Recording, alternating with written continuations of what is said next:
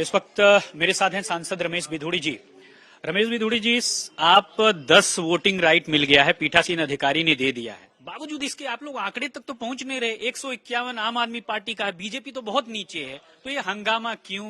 सरकार तो वही, मेयर तो वही बना रहे हैं, उप महापौर वही बना रहे हैं। आपने शायद देखा नहीं, ट्वीट देखिए आम आदमी पार्टी का। उन्होंने कहा हम हाउस चलने ही नहीं देंगे।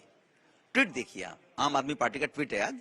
और सौरभ जी कह रहे हैं कि झूठ कितना बड़ा बोलते हैं कि इन्होंने तो पहले ही तय कर लिया था कि इनके कुछ पार्षद बाहर हैं। कितना बड़ा झूठ बोलते हैं एक जिम्मेवारी के पद पर रहने वाला व्यक्ति भी।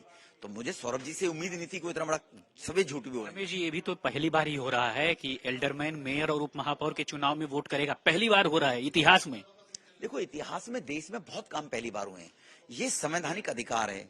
संवैधानिक अधिकार जिसको मिलता है, कोई इसका उपयोग करता है, कोई उपयोग नहीं करता है। पिछली बार बीजेपी के 186 पार्षद थे, कोई जरूरत ही नहीं पड़ी, उन्हीं से हमारा मेयर बन जाएगा। लेकिन केजरीवाल एज ए मुख्यमंत्री रहते हुए जो नॉमिनेट इन्होंने 30 विधायक पार्षद बनाए थे, उनकी शय पर इन्होंने जॉन में चेयरमैन केजरीवाल साहब ने बनाए थे। वो भी पहली बार बनवाए थे केजरीवाल साहब ने, जो बने थे नंबर 1। पहली बार तो धारा 370 भी इतिहास में टूटी है। पहली बार तो भगवान मतलब ये माना जाए कि इस बार आप चूंकि विपक्ष में हैं, इसलिए जरूरत पड़ गई इनकी वोटिंग करवाने की, इसलिए मेयर चुनाव में भी करवा दो। पड़ गई। हमें क्यों जरूरत पड़ गई? उनका अधिकार है। कॉन्स्टिट्यूशन हाई कोर्ट ने उन पर मोहर लगाई है। जब जो जॉन में वोट पड़ी है, तो वो मेंबर्स कह रहे हैं this is our fundamental rights. जब मुझे जॉन में वोट डालने का अधिकार है, तो मैं मेयर बनाने का वोट में क्यों नहीं लूंगा? वो अपना अधिकार मांगते हैं कॉन्स्टिट्यूशनल। और सरकार में जो नया एमसीडी का जो यूनिफिकेशन हुआ है केंद्र में, उसमें बड़ा क्लियर लिखा हुआ है कि दिल्ली का हेड वो केंद्र सरकार है। केंद्र सरकार का रिप्रेजेंटेटिव लेफ्टिनेंट गवर्नर है। लेफ्टिनेंट गवर्नर को जब राइट मिला हुआ है कि वो किसको वोट देने का अधिकार देगा, किसको नहीं देगा, तो जिसको अधिकार है मिलना नहीं चाहिए। अच्छा, दूसरा मामला उठा है कि 2 विधायक हैं, संजीव झा, अखिलेशपति त्रिपाठी। चूंकि उनको कभी मसला रहा होगा कोर्ट का, लिहाजा उन्हें सदन से बाहर करने की अपील जो है की थी सत्या शर्मा ने।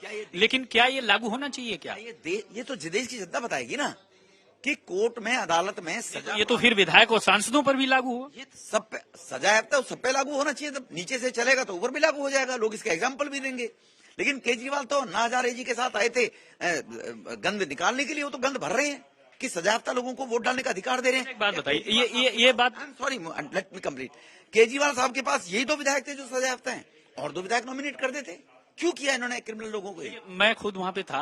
बार बार बीजेपी के पार्षद कह रहे थे मेयर दो, यानी मेयर बना लो। ठीक है, अब वोटिंग राइट को लेकर हंगामा हो रहा है, तो अब साफ तौर पर यही हंगामे की जड़ है। तो क्या बीजेपी बड़ा दिल दिखाते हुए नहीं कह सकती अच्छा ठीक है जी, चलो हम तब भी नहीं, अच्छा आप कह रहे हैं फायदे में भी नहीं हम, यानी आंकड़े तक भी नहीं पहुंच रहे, बहुमत तक भी नहीं पहुंच रहे, तो वोटिंग करवाने की क्या जरूरत है? मेयर दे दीजिए दिल्ली को। मतलब देश में सत्ता के लिए किसी के हक को मार दें। जो नॉमिनेटेड मेंबर हैं, उनका फंडामेंटल राइट्स है। एक वोट के लिए लोग अमेरिका से जहाज पकड़ के वोट डालने आते हैं जी। तब कॉर्पोरेटर बनता है, तब एमपी बनता है। और आप उसके हक को मारने के लिए कह रहे हैं बीजेपी हम डिक्टेटर हैं क्या? ये तो केजरीवाल साहब कर सकते हैं डिक्टेटरशिप, हम नहीं कर सकते डिक्टेटरशिप। जिसका राइट है उसको हक देना पड़ेगा। ठीक है।